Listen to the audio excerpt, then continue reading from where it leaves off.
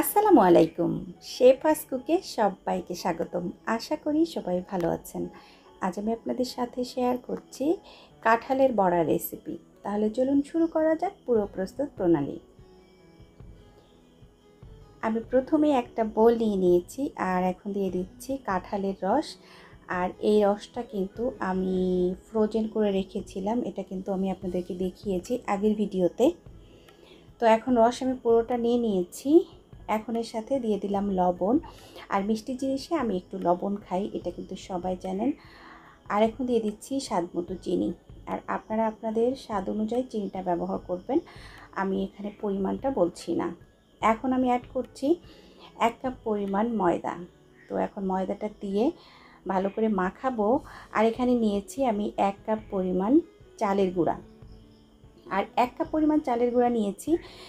আমি কিন্তু পুরোটা চালের গুঁড়া এখানে ব্যবহার করব না, আপনারা চাইলে কিন্তু সুজিও দিতে পারেন, তবে আমার কাছে চালের গুঁড়াটা বেশি ভালো লেগেছে। আর আমি কিন্তু 1 কাপ পুরো চালের গুঁড়া ব্যবহার করি নাই, কারণ বেশি শক্ত হয়ে গেলে তখন কিন্তু পিঠাটাও শক্ত হয়ে যাবে। এইভাবে আমি ভালো করে মাখিয়ে নেব, মানে মিশিয়ে নিব। আপনারা দেখতে পাচ্ছেন যে আমি কিভাবে মেশাচ্ছি ঘুরিয়ে ঘুরিয়ে, তো অবশ্যই এইভাবে মেশাবেন।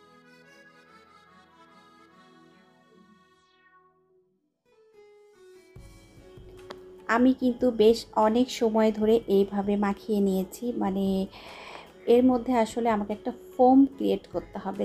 এর মধ্যে যদি একটা ফোমের মতো হয়ে যায় তাহলে কিন্তু পিঠাটাও সুন্দর ফুলবে এবং পিঠাটা অনেক সফট হবে।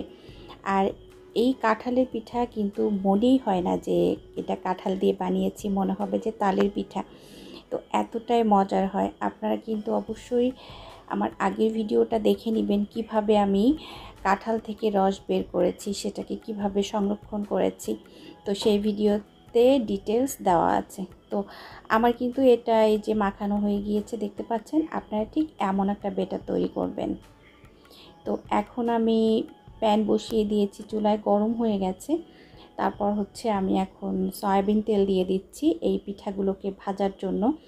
আর এখানে কিন্তু একটু বেশি পরিমাণে তেলটা দিতে হবে। এখন তেলটা গরম হওয়া পর্যন্ত অপেক্ষা করছি।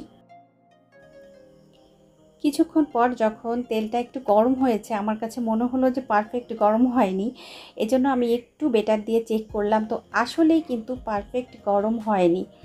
তো আমি ওটা উঠিয়ে রেখে যখন ভালো করে গরম হয়েছে সেই পর্যায়ে এখন আমি পিঠার বেটারটা দিয়ে দিচ্ছি। আর বেটার দেওয়ার সাথে সাথে দেখতে পাচ্ছেন যে পাশ দিয়ে একটা ফুটফুট মতো হচ্ছে, তাহলে বুঝতে পারবেন যে তেলটা একেবারে পারফেক্ট গরম হয়েছে। তো এই পিঠা বানানোর জন্য কিন্তু অবশ্যই আপনাকে ভালোভাবে তেলটা গরম করে নিতে হবে। যদি ভালো করে গরম না হয় তাহলে কিন্তু পিঠার মধ্যে তেল ঢুকে যাবে এবং ভালো হবে না এটা।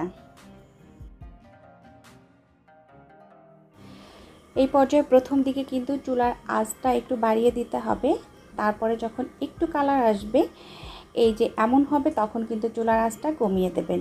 যদি এই পর্যায়ে বাড়ানো থাকে তাহলে যেটা হবে, উপর দিয়ে কালার চলে আসবে কিন্তু ভিতরে একেবারেই নরম থাকবে। তো এই চুলার আঁচটা কিন্তু অবশ্যই মাথায় রাখতে হবে।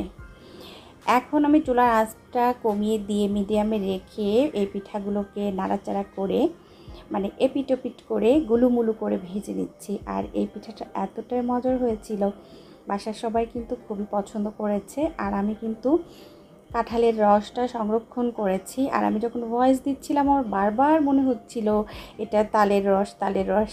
ঠিক আছে, তো আপনারা অবশ্যই আমার আগের ভিডিওটা দেখে নেবেন কিভাবে কাঁঠালের থেকে রস বের করেছি খুব সহজে। পিঠাগুলো কিন্তু আমি এই এতটুকু কালার করে ভেজে নিয়েছি, আপনারা চাইলে কিন্তু আরও একটু কালার করতে পারেন। তো এভাবেই আমি হচ্ছে সবগুলো পিঠা ভেজে নিব। আর আমি নাকি প্রচুর কথা বলি, আমার মানে বিদেশি অনেক ভাই বোন বলেছে আমি নাকি অনেক কথা বলি। তো যাই হোক, আর বেশি কিছু বলছি না। তো এতক্ষণ যারা আমার সাথে ছিলেন সবাইকে অসংখ্য অসংখ্য ধন্যবাদ। সবাই ভালো থাকবেন, আমার জন্য দোয়া করবেন। আগামী রেসিপি দেখার আমন্ত্রণ জানিয়ে আজকের মতো আমি শিফা বিদায় নিচ্ছি। আল্লাহ হাফিজ। আসসালামু আলাইকুম।